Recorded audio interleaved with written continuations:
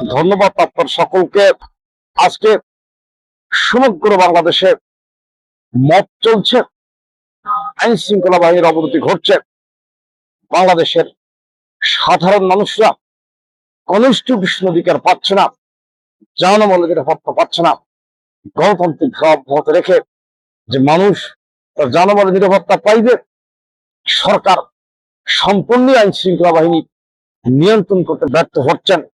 আজকে কিন্তু বাংলাদেশের মানুষ তৃণমূল পর্যায় থেকে শুরু করে এবং ঢাকা সিটি পর্যন্ত কিন্তু মানুষরা বলে উঠছে আওয়ামী লীগ সরকার ভালো ছিলেন, এবং আওয়ামী লীগ সরকার এই দেশে যখন শাসন কার্য পরিচালনা করছেন তখন কোথাও মব সৃষ্টি হয়নি, স্কুল টিচারকে স্কুল থেকে নামাই দেওয়া হয়নি, কোনো ছাত্ররাই মবের শিকার হয়নি বা কোনো গণমানুষরা মব সৃষ্টির সম্মুখীন হয়নি। অথচ আজকে এই বাংলাদেশের পদার্থ অঞ্চলে মব সৃষ্টি হয়েছে, গ্রাম বাংলায় জমি দখল চলছে, ঘর বাড়ি দখল চলছে এবং মানুষের জানমালের নিরাপত্তা নেই। আজকে কিন্তু মানুষের বিভ্রান্ত করার পরিস্থিতির শিকার হয়েছে বিধায় গণমানুষের বিভিন্ন স্টেজেই বক্তব্য দিচ্ছেন। এই দেশে সাধারণ মানুষ নিরাপত্তা পাচ্ছে না, সরকার কমপ্লিটলি ব্যর্থ হচ্ছেন। আজকের পার্লামেন্টে আপনারা যারা জাতীয় সংসদ সদস্য রয়েছেন বক্তব্য দিয়ে বিভিন্ন স্টাইলই বলছেন আওয়ামী লীগ ফ্যাসিস্ট সরকার ছিলেন, শেখ হাসিনার আমলে গণতন্ত্র চর্চা হয়নি, গণতন্ত্রকে নস্যাৎ করা হয়েছে এবং বাংলাদেশের মানুষ গণতান্ত্রিক অধিকার থেকে বঞ্চিত হয়েছেন।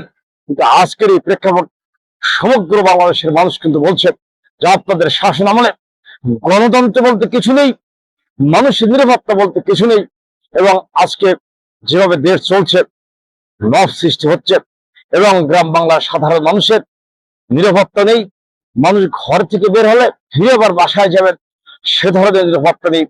আইন শৃঙ্খলা বাহিনীর অবনতি ঘটছে, মানুষ তার জানমালের নিরাপত্তা পাচ্ছে না, সম্পদের নিরাপত্তা পাচ্ছে না, ভূমি দখল চলছে, ভূমিদস্যুতার মধ্য দিয়ে সমগ্র বাংলাদেশে চলছে।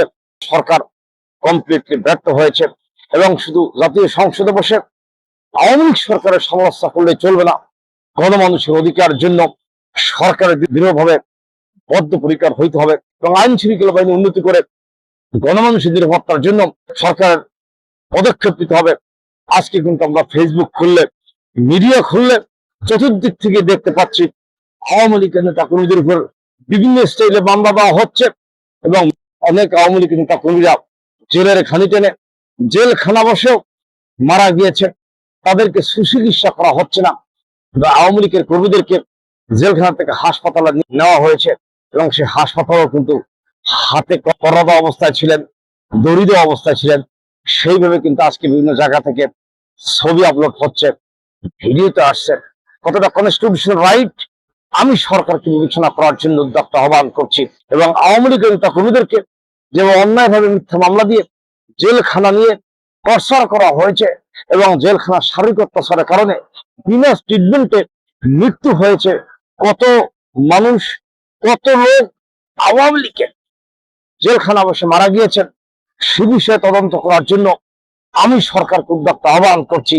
পাশাপাশি আমাদের বক্তব্যটা হলেন আগামী দিনে সহনশীল রাজনীতির মধ্য দিয়ে বাংলাদেশ পরিচালনা করার জন্য আপনাদেরকে উদ্যোক্তা আহ্বান করে আমার সংক্ষিপ্ত বক্তব্য শেষ করার পূর্বে পুনরায় আপনাদেরকে বলতে চাচ্ছি, এই দেশে মব সৃষ্টি করে এবং মবের রাজত্ব করে এবং আওয়ামী লীগ নেতা কর্মীদেরকে টর্চার করে জেলখানা পাঠিয়ে মৃত্যুবরণ করা হয় এবং এই ধরনের রাজনীতি পরিহার করে শান্ত শৃঙ্খলা ভাবে গণমানুষের অধিকার রক্ষার্থে আগামী দিনে দেশ পরিচালনা করার জন্য আপনাদেরকে উদ্যোক্তা আহ্বান করে আমি আমার সংক্ষিপ্ত বক্তব্য শেষ করছি।